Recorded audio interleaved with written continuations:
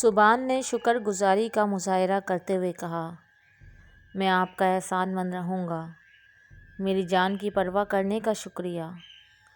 دراصل سبحان نے حویلی کے اندر جانے والی بات اس لیے کی کہ وہ دیکھنا چاہتا تھا کہ یہ بوڑھا آدمی ان کا کارندہ ہے کہ نہیں، کیونکہ اگر وہ ان کا کارندہ ہوتا تو فوراً اسے حویلی کے اندر جانے کو کہتا، لیکن اس نے ایسا نہیں کیا، بلکہ ایک محفوظ مقام فراہم کرنے کا وعدہ کیا۔ سبحان کو اس پر یقین ہو گیا تھا۔ وہ دونوں اٹھ کھڑے ہوئے۔ سبحان بولا، محترم، آپ نے میرے سر پر ایک باپ کی طرح ہاتھ رکھا ہے، کیا بیٹا ہونے کے ناطے میں آپ سے کچھ مانگ سکتا ہوں؟ بوڑھے آدمی کی آنکھیں بھر آئیں۔ بولو بیٹا، جو بھی مانگنا چاہتے ہو، میں تمہیں کچھ بھی دینے کو تیار ہوں۔ اگر آج جان بھی مانگو گے تو وہ بھی حاضر ہے۔ اب میرے پاس جینے کو تو کچھ بچا ہی نہیں، اس لیے یہاں وہاں بھٹکتا رہتا ہوں موت کی تلاش میں، لیکن کم بخت موت کو بھی کہاں ترس آتا ہے مجھ پر۔ او ہو، میں تو باتوں باتوں میں کہاں سے کہاں پہنچ گیا۔ تم بولو، تمہیں کیا چاہیے؟ سبحان نے فوراً اس کے اور اس کے دوستوں کے ساتھ پیش آنے والا واقعہ بوڑھے آدمی کے روبرو کر دیا اور اپنے دوستوں کو باہر نکلنے کو کہا۔ یہ سب سن کر بوڑھے آدمی کے رونگٹے کھڑے ہو گئے۔ وہ تو اس بات کا یقین کرنے کو تیار ہی نہیں تھا کہ اتنے عرصے سے ہم جس عذاب میں مبتلا تھے وہ در حقیقت چند ظالم اور خونخوار لوگوں کی وجہ سے تھا۔ بوڑھے آدمی نے سبحان سے پوچھا، بیٹا، اب ہمیں کیا کرنا چاہیے؟ سبحان نے جوش و ولولے سے کہا، اب ان سے ان کے کیے کا حساب لینے کا وقت ہے۔ محترم، ہمیں ساری بستی کو اکٹھا کرنا ہوگا اور انہیں اس بات سے آگاہ کرنا ہوگا۔ ہم سب خاموشی سے ان کی طرف بڑھیں گے اور ان پر حملہ کر دیں گے، لیکن یہ سب ہمیں بہت جلدی کرنا ہوگا، کیونکہ اب تک تو انہیں پتہ بھی چل گیا ہوگا کہ ہم فرار ہو چکے ہیں، اور یقیناً وہ منصوبہ بندی بھی کر چکے ہوں گے اور شاید ہماری تلاش میں نکل بھی چکے ہوں گے۔ بوڑھے آدمی نے سبحان کی بات سے اتفاق کیا۔ اس نے کہا، ٹھیک ہے، تو سب سے پہلے میں اپنے معتبر لوگوں کو اکٹھا کرتا ہوں، ان سے مشورہ کرنے کے بعد آگے منصوبہ بندی کریں گے۔ سب نے بوڑھے آدمی کی بات سے اتفاق کیا اور وہ سب بوڑھے آدمی کے ساتھ ان لوگوں تک کو اکٹھا کرنے چلے گئے۔ دوسری طرف خلیل سبحان کے کمرے میں پہنچا تو وہاں سبحان کو نہ پا کر وہ غصے سے لال ہو گیا۔ اس نے سبحان کا پورا کمرہ چھان مارا، لیکن سبحان کا کوئی سراغ نہ ملا۔ وہ ہکا بکا رہ گیا۔ اس نے دل میں سوچا کہ یہ کیسے ہو سکتا ہے جب کہ وہ تو بے ہوش پڑا تھا۔ آخر یہاں سے بھاگ کیسے گیا؟ اسے زمین نکل گئی یا آسمان کھا گیا؟ آج تک میرے ہاتھ سے کوئی شکار بھاگ نہیں پایا ہے، تو وہ کیسے بھاگ گیا؟ وہ فوراً اذلان کے کمرے کی طرف بھاگا، لیکن اسے اذلان کا بھی کوئی سراغ نہ ملا۔ اس کا جسم پسینے سے شرابور ہو چکا تھا۔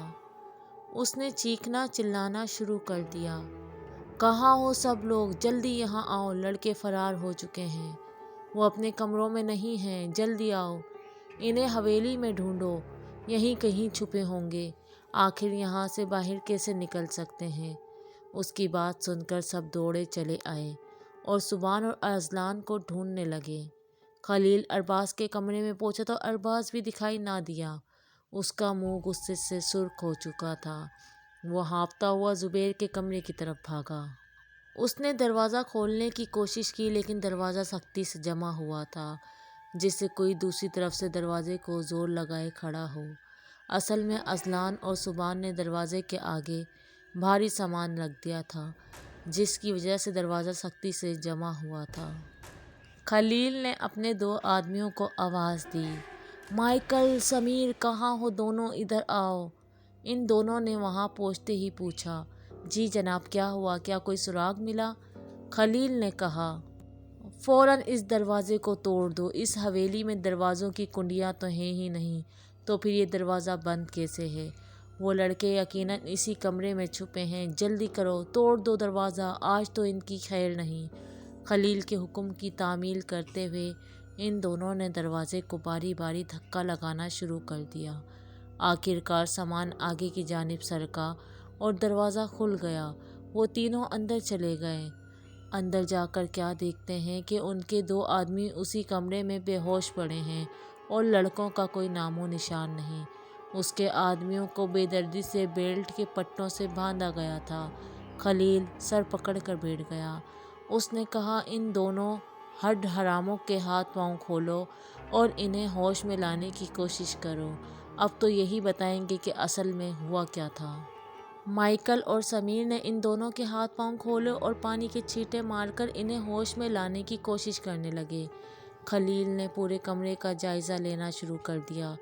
چلتے چلتے وہ اس کھڑکی کے پاس پہنچ گیا جس کے ذریعے وہ چاروں فرار ہوئے تھے۔ کھڑکی سے باہر لٹکی چادر دیکھ کر وہ فوراً سمجھ گیا کہ وہ چاروں یہاں سے فرار ہوئے تھے۔ وہ باہر کی جانب لپکا اور اپنے دو آدمیوں کو بھی اپنے ساتھ کر لیا۔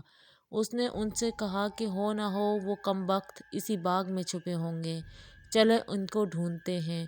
وہ تینوں باغ میں پہنچ کر ان چاروں دوستوں کو پاگلوں کی طرح ڈھونڈنے لگے۔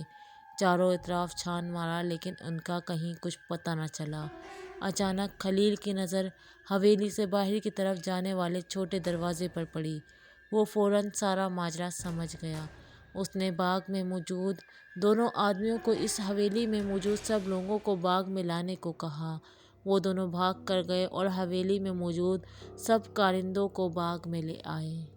اتنے میں مائیکل اور سمیر ان نیم بے ہوش آدمیوں کو بھی خلیل کے پاس لے آئے۔ خلیل نے ان سے پوچھا، کم بختو، بکو اب، بتاؤ کیا ہوا تھا؟ تم دونوں کی یہ حالت کس نے کی؟ ان میں سے ایک بولا، جناب جب ہم کمرے میں داخل ہوئے تو ایک لڑکا بستر پر بے ہوش پڑا تھا۔ ہم اس کو اٹھانے کے لیے آگے کی جانب بڑھے۔ ہم بستر کے پاس کھڑے اسے اٹھا ہی رہے تھے کہ بستر کے نیچے سے دو لڑکوں نے ہماری ٹانگیں کھینچی اور ہمیں سر کے بل گرا دیا۔ جب ہم نیچے گرے تو وہ فوراً باہر نکل آئے اور ہم پر مکوں کی برسات کر دی اور ہم بے ہوش ہو گئے۔ خلیل نے طنزیہ لہجے میں کہا۔ آدمی بولا، جی جناب، ہمیں اندازہ نہ تھا کہ کچھ ایسا ہو جائے گا۔ خلیل نے کہا، اچھا اب جو ہونا تھا ہو چکا۔ اب سب لوگ غور سے میری بات سنو۔ وہ لڑکے اس چھوٹے دروازے سے باہر نکلے ہیں۔ تم سب یہیں سے چھان بین شروع کرو اور ان کے پیروں کے نشانات کا تعین کرتے جاؤ۔ ان لوگوں نے بے ہوشی کی دوا ملا کھانا کھایا۔ ان کے جسم میں اتنی طاقت نہیں ہوگی کہ وہ دور تک بھاگ سکیں۔ آگے کہیں بے ہوش پڑے ملیں گے۔ تمہیں جلدی کرو، اب کام پر لگ جاؤ۔ خلیل کی بات سن کر سب نے دوڑ لگا دی اور ان کے پیروں کے نشانات کا تعین کرنے لگے۔ اچانک خلیل کو ایک ترکیب سوجھی۔ اس نے بڑے اسپیکر اٹھائے اور ان میں ایک آڈیو لگا دی جس میں چڑیلوں کی دردناک آوازیں تھیں۔ دیکھتے ہی دیکھتے چاروں جانب خوفناک چیخوں کی آواز گونجنے لگی۔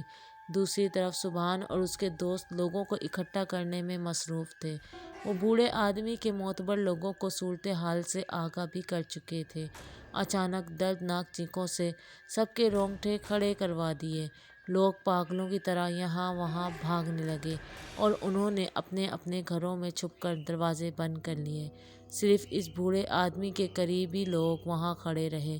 سبحان اور اس کے دوست مایوسی سے وہ سارا منظر دیکھ رہے تھے۔ اس بوڑھے آدمی کے قریبی لوگ اس سے سوال کرنے لگ گئے کہ کیا ہے یہ تو وہی دردناک چیخیں جو ہمیں پہلے سنائی دیتی تھی اور ہماری بستی سے کوئی نہ کوئی غائب ہو جاتا تھا۔ کیا ہمیں بھی واپس اپنے گھروں میں جا کر چھپ جانا چاہیے؟ کیا یہ ان لڑکوں کی من گھڑت کہانی تو نہیں؟ وہ اس طرح کے اور بہت سوالات کر رہے تھے۔ ایک آدمی چپ ہوتا تو دوسرا بولنے لگ جاتا۔ بوڑھا آدمی بیچارہ خاموش کھڑا سب کی باتیں سن رہا تھا، جبکہ سبحان اور اس کے دوست سب کو اس بات کا یقین دلا رہے تھے کہ آپ کی بستی آسیب زدہ نہیں ہے، بلکہ چند ظالم لوگ آسیب کا روپ دھارے آپ کو ڈرا رہے ہیں۔ چیخوں کی آوازیں حقیقی نہیں ہیں بلکہ ایک اسپیکر سے آ رہی ہیں۔